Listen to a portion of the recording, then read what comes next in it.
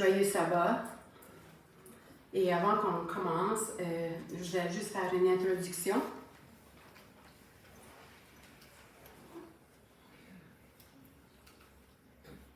Oups. On n'a pas la bonne power. Voilà. Merci. Une introduction, on va commencer par la mauvaise nouvelle. Le monde dans lequel nous vivons, comme cette représentation le montre, on est dans un monde de tristesse, un monde de haine, un monde d'incertitude, d'angoisse, de désespoir, un monde de désastre, un monde de guerre, un monde de famine, un monde de changement climatique, des pénuries de programmes d'éducation, de santé, pénurie de travail, des addictions, pouvoir de l'argent, la violence, les durcissements de cœur, l'augmentation des crimes, les maladies, la mort, les souffrances, les deuils, et on pourrait continuer. C'est triste, hein? On vit dans un monde triste. La bonne nouvelle,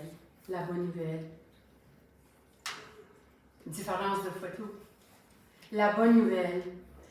Cependant, nous allons voir aujourd'hui que Dieu, dans sa parole, nous présente un message de certitude, un message de paix, d'enthousiasme, d'encouragement, d'amour, de joie et d'espérance. Amen.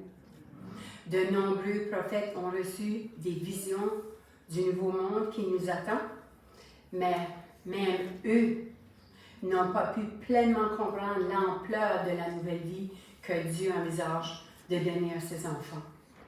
En tant que chrétiens, il est notre responsabilité de regarder vers cette espérance au lieu de regarder vers les choses de ce monde qui souvent vient secouer notre fidélité à Dieu. Il faut en parler aux autres comme le Seigneur nous a ordonné de le faire. Il a donné aux disciples et aux prophètes d'annoncer la bonne nouvelle. Et aujourd'hui, c'est nous qui annonçons la bonne nouvelle. Prions ensemble. Pointant le Père Céleste, maintenant nous allons ouvrir ta parole, Seigneur. Seigneur, je viens à toi tel que je suis. Je suis tout petite devant ta face. Je suis indigne, Seigneur. La seule façon que je peux parler des choses qui te concernent, Seigneur, c'est si ton Esprit Saint parle à ma place. Remplis-moi de ton Saint-Esprit, Seigneur, et enlève de nous toutes les autres distractions afin que nous puissions se concentrer sur le message que tu as pour nous ce matin. Merci. Au nom de Jésus. Amen. Dans Jean 14, versets 1 à 3, Jésus dit que votre cœur ne se trouble pas. Croyez en Dieu, croyez aussi en moi. Il a dit, il y a beaucoup de demeures dans la maison de mon Père. Sinon, je vous l'aurais dit, car je vais vous préparer une place. Donc, si je m'en vais et vous prépare une place, je reviendrai et je vous prendrai avec moi, afin que quoi? Oui, amen. Afin que là où je suis, vous y soyez aussi. C'est pas nécessairement à quoi l'endroit va ressembler, mais c'est avec qui on va être. Avec notre Sauveur Jésus-Christ, notre Créateur, notre Rédempteur. C'est ça la bonne nouvelle. Et on a une croyance fondamentale adventiste, numéro 28. Et aujourd'hui, j'ai choisi de parler de ce titre-là parce que ça, avec les études bibliques, pour ceux qui vont se faire baptiser, ça nous avance d'une croyance. Et j'ai choisi la dernière parce que c'est le dessert. Et vous savez, quand j'étais enfant, souvent j'aimais ça, prendre une bouchée du dessert avant de continuer mon repas.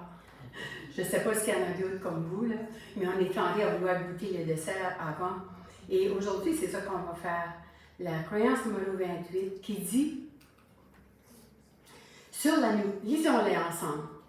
Sur la nouvelle terre où la justice habitera, Dieu offrira aux rachetés une résidence définitive et un cadre de vie idéal pour une existence éternelle faite d'amour, de joie et la car Dieu habitera avec son peuple et les souffrances et la mort auront disparu. Le grand conflit sera terminé et le péché ne sera plus. Tout ce qui existe dans le monde animé ou le monde inanimé proclamera que Dieu est amour et il régnera pour toujours. Amen. Amen. C'est ça que les adventistes ont cru. Dans Isaïe 65, versets 17 et 19, « Car je crée de nouveaux cieux et une nouvelle terre. On ne se rappellera plus les événements du début. Je ferai de Jérusalem, c'est l'Éternel qui parle, je ferai de Jérusalem mon allégresse et de mon peuple ma joie. On n'y entendra plus le bruit des pleurs et le bruit des cris. Ils ne monteront plus à la pensée. » On ne va plus se souvenir de tout ce qu'on a vécu ici. Et Isaïe 65, 22, ça continue, verset 22 dit « Et nous ne bâtirons pas les maisons pour qu'un autre habite, et ne planterons pas pour la nourriture d'un autre, car les jours de mon peuple seront jours comme les jours des arbres, et mes élus jouiront de l'œuvre de leurs mains. » Amen. Donc, moi, je ne vais pas jardiner et vendre mon jardinage à Emerson. Moi, je vais faire mon jardin, Emerson va faire son jardin. On va manger qu'est-ce qu'on produit. On n'aura plus de travail pour les autres. On n'aura plus. Quelle bonne nouvelle. Plus de patron, plus de lois à observer, les lois des hommes. Je dois être là à 8 heures et sortir à 4 heures. C'est fini tout ça. Et les maisons, je ne sais pas comment on va faire les maisons. Je ne pense pas qu'il va y avoir des clous sur la nouvelle terre. Mais il y aura une façon de faire des maisons. Mais moi, je vais faire ma maison. Guéda va faire sa maison. Toi, tu vas faire ta maison. On va faire chacun nos maisons. Non, je savais tout. Ça fait que, pour dire que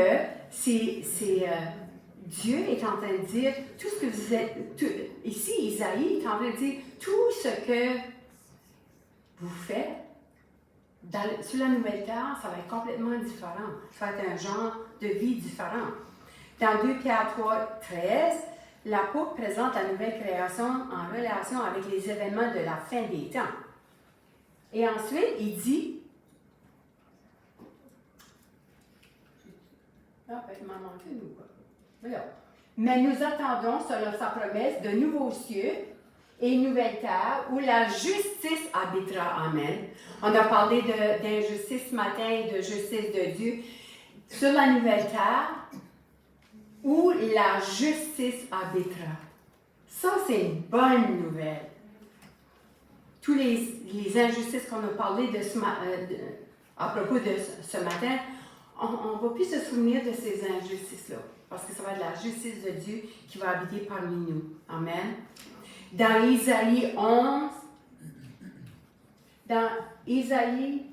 verset 6, on lit « Le loup demeurera avec l'agneau, et la panthère se couchera avec le chevreau. Le veau et le lionceau et le bétail gras seront ensemble, et un petit garçon les conduira. » Tu réalises-tu que sur la nouvelle terre, tu pourras marcher avec un gros lion, un tigre, une panthère? Oui, ça fait peur maintenant, mais sur la nouvelle terre, les animaux sauvages, ils ne seront pas sauvages, ils vont être doux. Et pourquoi je le sais, c'est parce que Dieu l'a dit. Dieu l'a dit au prophète. Et il dit que tous les animaux sauvages, ils vont être doux, ils vont coucher un à côté de l'autre. Aujourd'hui, vous savez, dans le temps de David même, qui était berger, qu'est-ce qu'il faisait? Il prenait soin des brebis. Et pourquoi est-ce qu'il devait en prendre soin? Parce qu'il ne voulait pas que les bêtes sauvages les attaquent et les mangent. Mais sur la nouvelle terre, tous les animaux, ils vont être gentils. Tous les animaux.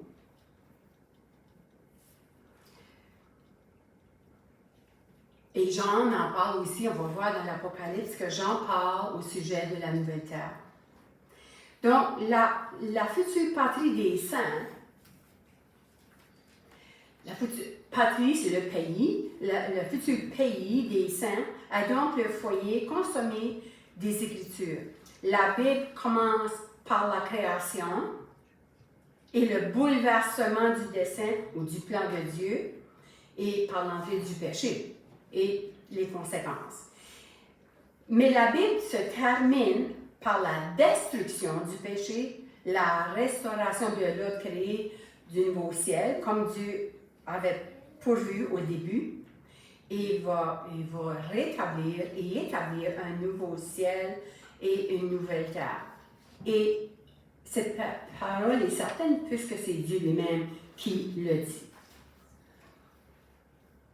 Il y a deux questions qui doivent être posées. Que dit la Bible sur l'espoir et la réalité de la nouvelle terre? Et quelles sont les caractéristiques de la nouvelle terre?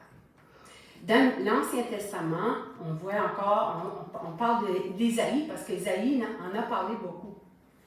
Et Ésaïe 60, verset 18, on n'entendra plus parler de violence dans ton pays. Tu donneras à tes murailles le nom de salut, et à tes portes celui de louange. Ésaïe 66, 22. En effet, comme les nouveaux cieux et la nouvelle terre que je fais, subsisteront devant moi, oracle de l'Éternel. Ainsi subsisteront votre descendance et votre nom. Vous savez, quand Abraham fut appelé à une relation d'alliance avec Dieu, la promesse que Dieu lui a faite et de posséder le pays de Canaan, cette promesse-là n'était pas une promesse limitée à Canaan. L'Alliance prévoyait un moment précis de l'histoire de la rédemption quand Abraham entrerait dans la vieille qui a des fondements dont le constructeur et le créateur est Dieu. Et on peut voir ça dans Hébreux 11, versets 8 à 10. Hébreux 11, verset 8 à 10 dit, c'est par la foi qu'Abraham obéit à l'appel de Dieu en partant vers un pays qu'il devait recevoir en héritage. Il partit sans savoir où il allait. C'est par la foi qu'il vint s'établir dans la terre promise comme un pays étranger, habitant sous les détentes, ainsi qu'Isaac, Jacob héritier avec lui de la même promesse. Car il attendait la cité qui a de solides fondations, celle dont Dieu est l'architecte et le constructeur. Donc, Abraham savait que Dieu recréerait la terre, qu'il y aurait une nouvelle terre. Et l'espérance d'Abraham, c'était justement celle-là. Ce n'était pas nécessairement Canaan, une résidence temporaire, mais c'était la résidence permanente qui est la nouvelle terre. Les saints de l'Ancien Testament ont parfaitement compris qu'ils étaient des étrangers et des exilés sur cette terre. Nous aussi, on est des exilés sur cette terre. Cette terre n'était pas leur foyer et dans la foi, ils ont vu de loin une patrie, un pays meilleur, c'est-à-dire un pays céleste. Dans le Nouveau Testament, le royaume présent indique également l'avenir du royaume, du vrai royaume. L'aspect futur du royaume de Dieu est illustré dans la prière du Seigneur quand Jésus dit « que ton règne vienne ». C'est parce que le règne, la nouvelle terre n'est pas encore là. Que ton règne vienne, c'est des choses à venir. Et dans Matthieu 16, 28, Jésus dit, en vérité, je vous le dis, quelques-uns de ceux qui se tiennent ici ne goûteront point la mort, et qu'il n'ait vu le Fils de l'homme venir dans son règne. Au moment où Jésus a parlé, je suis certaine qu'il y a des disciples qui pensaient qu'eux verraient Jésus, la nouvelle terre, arriver. Mais ça s'applique à n'importe quelle époque. Ça peut s'appliquer à notre époque, que je crois fermement que ça s'applique à notre époque. L'attente, la séparation et la prière pour le royaume n'indiquent certainement pas seulement une réalité présente, mais un accomplissement futur de très près. Vous savez, toute la création est souffrante. Toute la création est souffrante. Dans Romains 8, 18 à 21, Paul dit « J'estime qu'il n'y a pas de commune mesure entre les souffrances du présent et la gloire à venir qui sera révélée pour nous. Aussi la création attend-elle avec un ardent désir la révélation des fils de Dieu. Car la création a été soumise à la vanité, non de son gré, mais à cause de celui qui lui a soumise. Avec une espérance, cette création sera libérée de la servitude de la corruption pour avoir part à la liberté glorieuse des enfants de Dieu. Toute la création a subi les conséquences du péché de l'homme. Puis on le voit ça aujourd'hui, de plus en plus, parce que le péché augmente. Mais la création, comme Paul l'écrit, la création a été soumise à toutes ces conséquences, mais en même temps, elle espère avec les enfants de Dieu d'être libérés de toutes ces choses. Et puis, dans 2 Pierre 3, 1 à 2, « Voici déjà, mes bien-aimés, la seconde lettre que je vous écris. En toutes deux, je fais appel à des souvenirs pour éveiller en vous une claire intelligence afin que vous vous souveniez des prédications des saints prophètes et du commandement du Seigneur et Sauveur transmis par vos apôtres. » Isaïe parle d'un nouveau ciel, une nouvelle terre. Il dit qu'on ne va pas se rappeler des choses anciennes. Il dit qu'il n'y aura plus de pleurs, il n'y aura plus de cris, il n'y aura plus de la violence, que les animaux vont vivre avec les enfants et que nos jours seront comme ceux des arbres. Quelle promesse! Maintenant, pour revenir à Jean dans l'Apocalypse, Jean dit, dans l'Apocalypse 21, versets 1 à 7, je vis un nouveau ciel et une nouvelle terre. Jean est en vision et le ciel s'ouvre. Et Jean voit un nouveau ciel et une nouvelle terre. Car le premier ciel et la première terre avaient disparu et la mer n'était plus. Et je vis descendre du ciel d'auprès de Dieu la ville sainte, la nouvelle Jérusalem, prête comme une épouse qui s'est parée pour son époux. J'entendis du trône une voix forte qui disait, « Voici le tabernacle de Dieu avec les hommes. Il habitera avec eux. Ils seront son peuple et Dieu lui-même sera avec eux. » Amen. Il essuiera, amen, il essuiera toutes les larmes de leurs yeux. La mort ne sera plus. La mort ne sera plus. Il n'y aura ni plus de deuil, ni cri, ni douleur, car les premières choses ont disparu.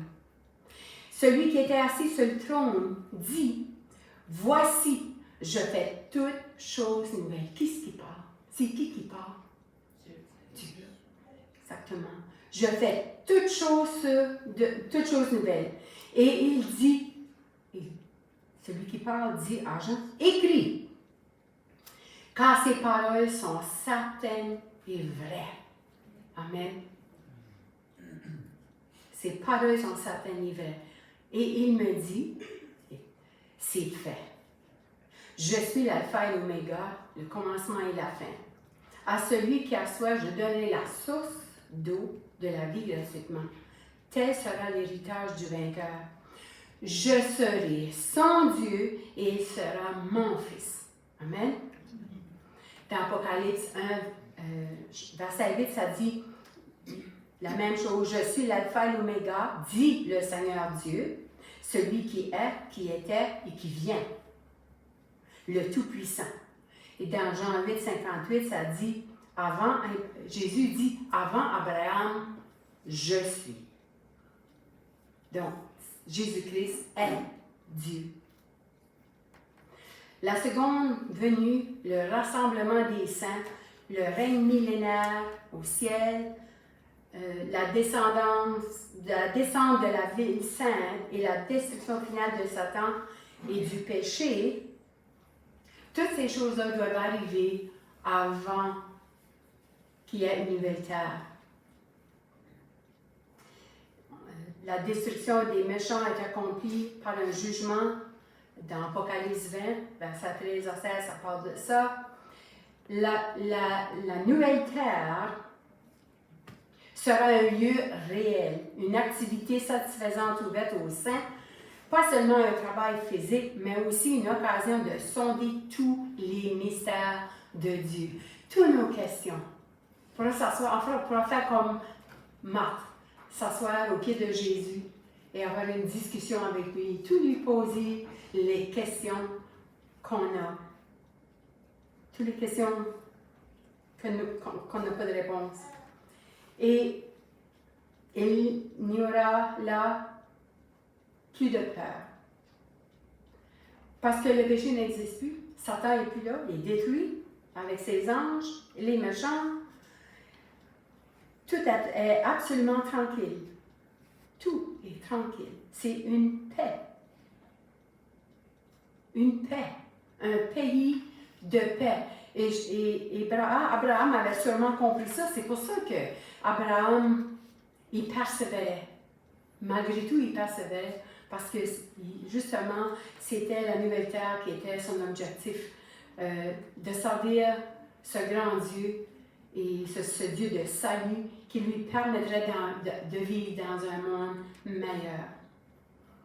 Donc, pendant les 1000 ans, on voit que Satan va aller sur la terre. On ne peut pas tout aller dans les détails parce que ça serait trop long. Mais on voit que Satan, il est ici et là, mais il n'y a plus personne à tenter.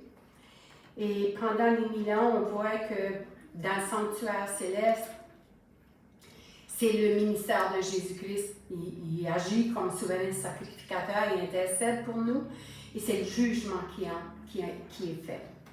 Et à la fin des 1000 ans, on voit Jésus revenir et c'est la deuxième résurrection.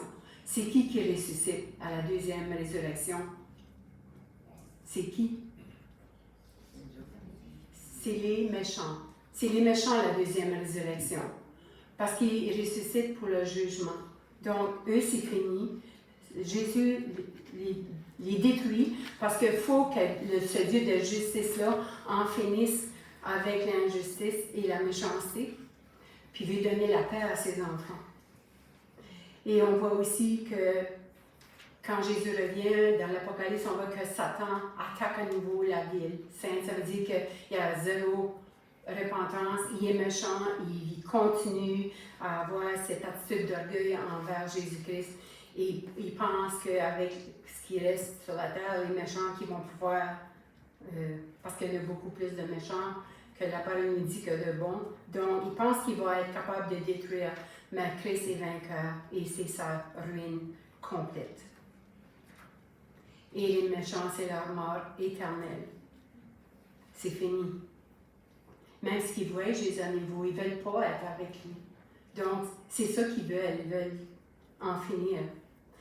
Et je vous conseille de lire le livre de la tragédie des siècles au chapitre 42, ou la grande controverse. Si vous n'en avez pas un, vous nous demanderez, parce qu'on a des cases de ce livre-là, de Sir White. Et au chapitre 42, elle parle de la fin de la tragédie. C'est très intéressant. Elle dit que les méchants reçoivent leur rétribution parce qu'ils ne veulent rien savoir de Jésus de toute façon. L'œuvre de ruine inaugurée par Satan a pris fin à jamais. Pendant toutes ces années, il a rempli la terre de douleur. Il a fait couler des larmes. Sous son règne, toute la création n'a fait que soupirer et gémir. C'est ça qu'on voit présentement. Maintenant, les créatures de Dieu sont à jamais délivrées de sa présence et de ses tentations. Toute la terre jouit du repos et de la paix. On éclate en chant d'allégresse. Amen. Dans Isaïe 14:7. Car le Seigneur, notre Dieu Tout-Puissant, est entré dans son règne. C'est qui notre gouvernement? Dieu lui-même, qui est notre gouvernement. Les règlements, ses règlements. Amen. Un Dieu d'amour, un gouvernement d'amour.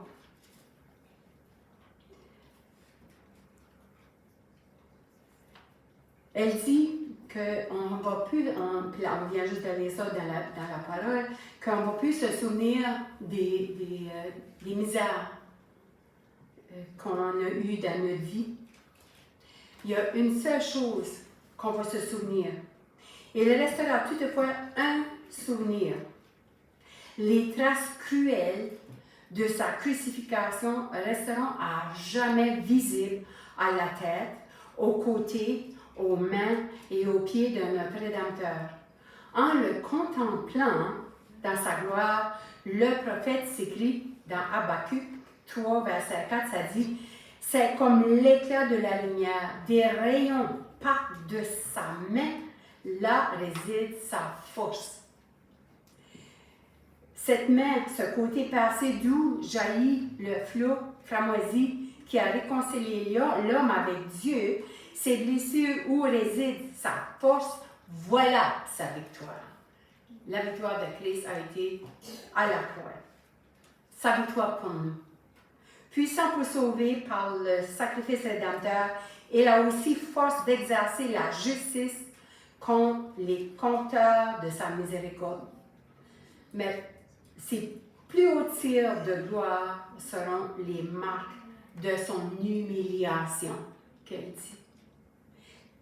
La plus haute marque de gloire de Jésus-Christ, c'est son humiliation. Amen.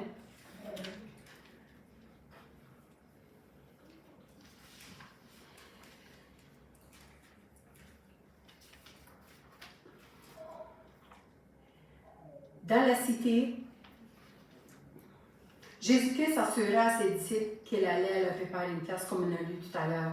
Et Jésus a dit, je ne m'en vais pas vous préparer une place, mais je vais revenir. Or, ceux qui acceptent les enseignements de la parole de Dieu ne sont pas laissés entièrement dans l'ignorance touchant ses demeures. Néanmoins, les choses que Dieu a préparées pour ceux qui l'aiment sont des choses que l'œil n'a point vues et que l'oreille n'a point entendues. On lit ça dans 1 Corinthiens 2:9. La langue humaine est impuissante pour décrire la récompense des justes. On n'a pas assez de mots pour décrire tout ce que Jésus prépare pour nous. Dans les Écritures, l'héritage des élus est appelé une patrie. On a vu ça dans Hébreux 11. Mon peuple demeurera dans le séjour de la paix, d'où les habitations sûres, dans des asiles tranquilles. Il n'y a personne qui va voler rien, il n'y a pas de feu qui va brûler les choses ou de l'eau qui va tout détruire. C'est toutes des choses finies. La souffrance ne pourra pas exister dans l'atmosphère de la nouvelle terre. Il n'y a plus de souffrance, c'est fini. Couronne éclatante dans la main de l'Éternel, turban royal dans la main de son Dieu. La nouvelle Jérusalem sera la métropole de la terre glorifiée. C'est qui la nouvelle Jérusalem? C'est qui la nouvelle Jérusalem? C'est nous. C'est le peuple de Dieu, la nouvelle cité. Il s'en vient avec. Dans la ville de Dieu, il n'y aura pas de nuit. Pourquoi? Parce que la gloire de Dieu va être parmi nous. Parce que la parole de Dieu nous dit que Dieu va vivre parmi nous. Il n'y aura pas de temple. Pourquoi est-ce qu'il n'y aura pas de temple? Parce que Dieu est avec nous. On n'a plus besoin de toutes ces choses humaines, là, parce que Dieu vit parmi son peuple.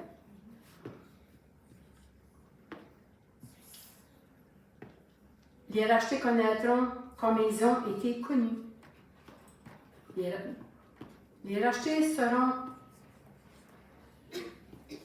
Excusez-moi. Les rachetés connaîtront comme ils ont été connus. L'amour et la sympathie que le Seigneur a implantés dans nos cœurs trouveront leur emploi et le plus légitime et le plus doux. Une pure communion entre les êtres saints, une vie sociale harmonieuse avec les anges et les bienheureux de tous les siècles, qui ont lavé et blanchi leur robe dans le sang de l'agneau. Amen. Ça, c'est les livres que je parlais d'eux. Dans 1 Jean 3, verset 2, « Bien-aimés, nous sommes maintenant enfants de Dieu et ce que nous serons n'a pas encore été manifesté. Mais nous savons que lorsqu'il sera manifesté, nous serons semblables à lui. Pourquoi? Parce que nous le verrons tel qu'il est. Amen. Amen. Il n'y aura plus d'ennemis cruels et trompeurs. Tous les trésors de l'univers seront à notre disposition. Elle écrit, les trésors inépuisables de l'univers seront proposés à l'étude des rachetés de Dieu. Des délices inexprimables attendent les enfants de la nouvelle terre auprès d'êtres qui n'ont jamais connu le péché. Pourquoi auprès des êtres qui n'ont jamais connu le péché? Parce que on n'aura plus de péché. On va être parmi, on n'aura plus de péché. On n'aura plus, la seule chose qu'on apporte avec nous, c'est notre caractère que Dieu, dans son plan, c'est pour ça qu'on marche vers la sainteté, parce que Dieu veut nous emmener au caractère semblable à Christ. Il a promis de le faire. C'est nous à être patients avec lui. Dieu est patient avec nous, soyons patients avec lui. Dans 1 Corinthiens, chapitre 2, versets 9 à 12, « Mais, comme il est écrit, ce que l'œil n'a pas vu, ce que l'oreille n'a pas entendu, et ce qui n'est pas monté au cœur de l'homme, tout ce que Dieu a préparé pour ceux qui l'aiment, à nous, Dieu nous l'a révélé par l'Esprit. Car l'Esprit sonde tout, même les profondeurs de Dieu. Qui parmi les hommes sait ce qui concerne l'homme, si ce n'est l'esprit de l'homme qui est en lui? De même, personne ne connaît ce qui concerne Dieu, si ce n'est l'esprit de Dieu. Or, nous n'avons pas reçu l'esprit du monde, mais nous avons reçu l'esprit qui vient de Dieu afin de savoir ce que Dieu a donné par sa grâce. C'est spirituellement qu'on peut comprendre ces choses. On ne peut pas comprendre ça avec nos pensées humaines. La vision, ce qu'on voit de nos yeux physiques, on peut le déterminer, mais il faut qu'on ait nos yeux spirituels pour voir les choses que Dieu nous explique. C'est l'Esprit Saint qui nous montre ces choses-là. Ça va être écrit, la vision spirituelle, seulement par la vision spirituelle pouvons-nous discerner les choses célestes. Nos facultés humaines seraient anéanties par la gloire inexprimable des anges de lumière. L'oreille spirituelle seule peut distinguer l'harmonie des voix célestes. Ce n'est pas le dessein de Christ d'exciter les émotions par des descriptions formidables. Le seul moyen qu'on peut comprendre, c'est l'Esprit Saint qui nous enseigne. Arrêtez, sachez que je suis Dieu. Prions que l'Esprit nous fasse comprendre. Il nous fasse déjà, qu'on commence déjà à vivre comme si on était sur la nouvelle terre. Parce que c'est nos caractères qui changent. Lui-même, le chemin, la vérité et la vie, Jésus a dit. C'est pas nécessairement l'endroit, c'est avec qui. Jésus est le chemin, la vérité et la vie. C'est tout à propos de Jésus-Christ et ses enfants. Finalement, c'est ça l'histoire. Depuis le commencement, depuis le péché, Jésus a un objectif, c'est de sauver ses enfants, de venir chercher ses enfants et de rétablir à nouveau le plan qu'il avait pour chacun de nous. C'est ça qu'il veut. Il nous aime et veut qu'on soit avec lui. Avec lui.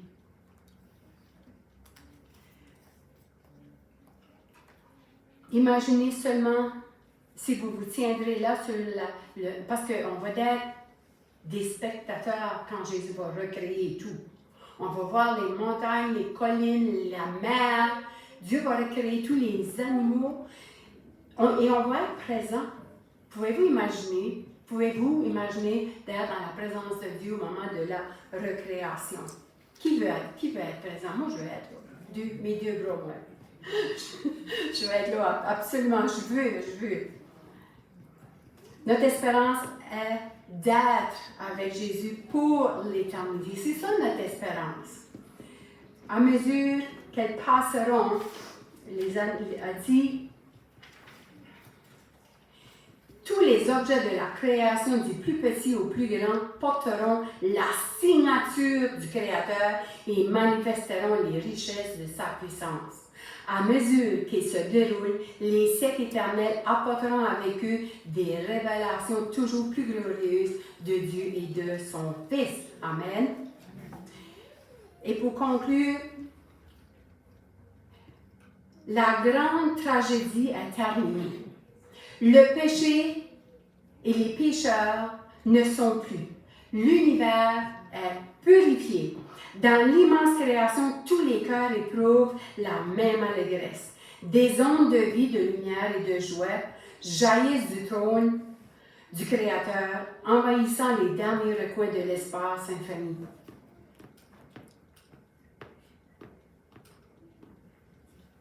Écoutez ça.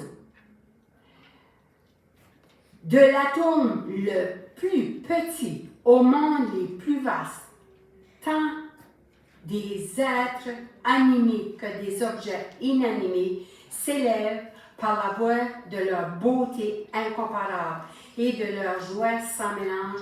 Un cantique d'allégresse proclame quoi? Que Dieu est amour. A fini son livre.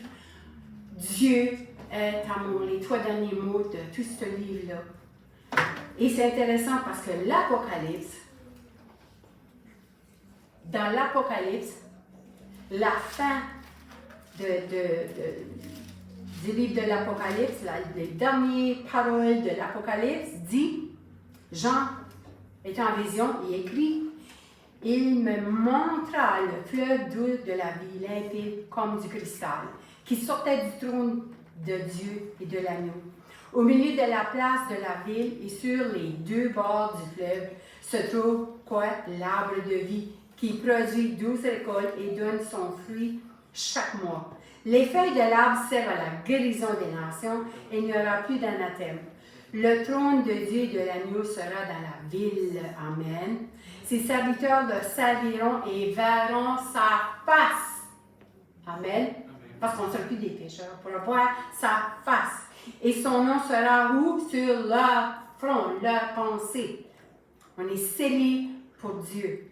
La nuit ne sera plus et ils n'auront besoin ni de lumière, ni de lampe, ni du soleil, parce que le Seigneur Dieu les éclairera et il régnera au siècle des siècles.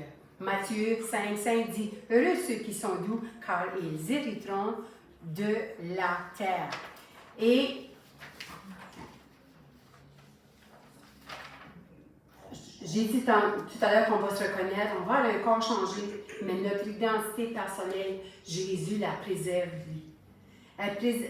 L'identité personnelle est préservée à la résurrection, bien que ce ne soit pas les mêmes particules de matière qu'on est fait. On trouve ça dans Bible Commentary, volume 6.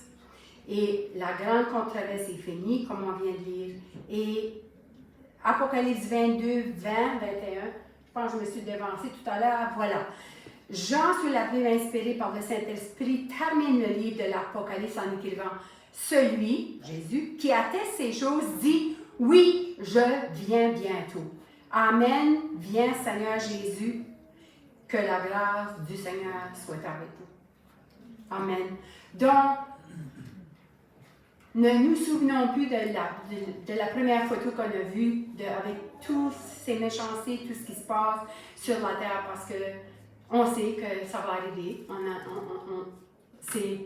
Pour les chrétiens, c'est presque une bonne nouvelle finalement, parce que ces choses doivent arriver à la fin des temps. Mais concentrons-nous, frères et sœurs, sur tout ce que Jésus prépare pour nous présentement. Qu'est-ce que Jésus est en train de faire pour nous présentement? Puis il dit et la chose arrive. Croyons, faisons confiance à Dieu avec nos vies et remettons-nous dans ses bras, afin qu'il puisse nous prendre soin, nous garder fidèles. Amen.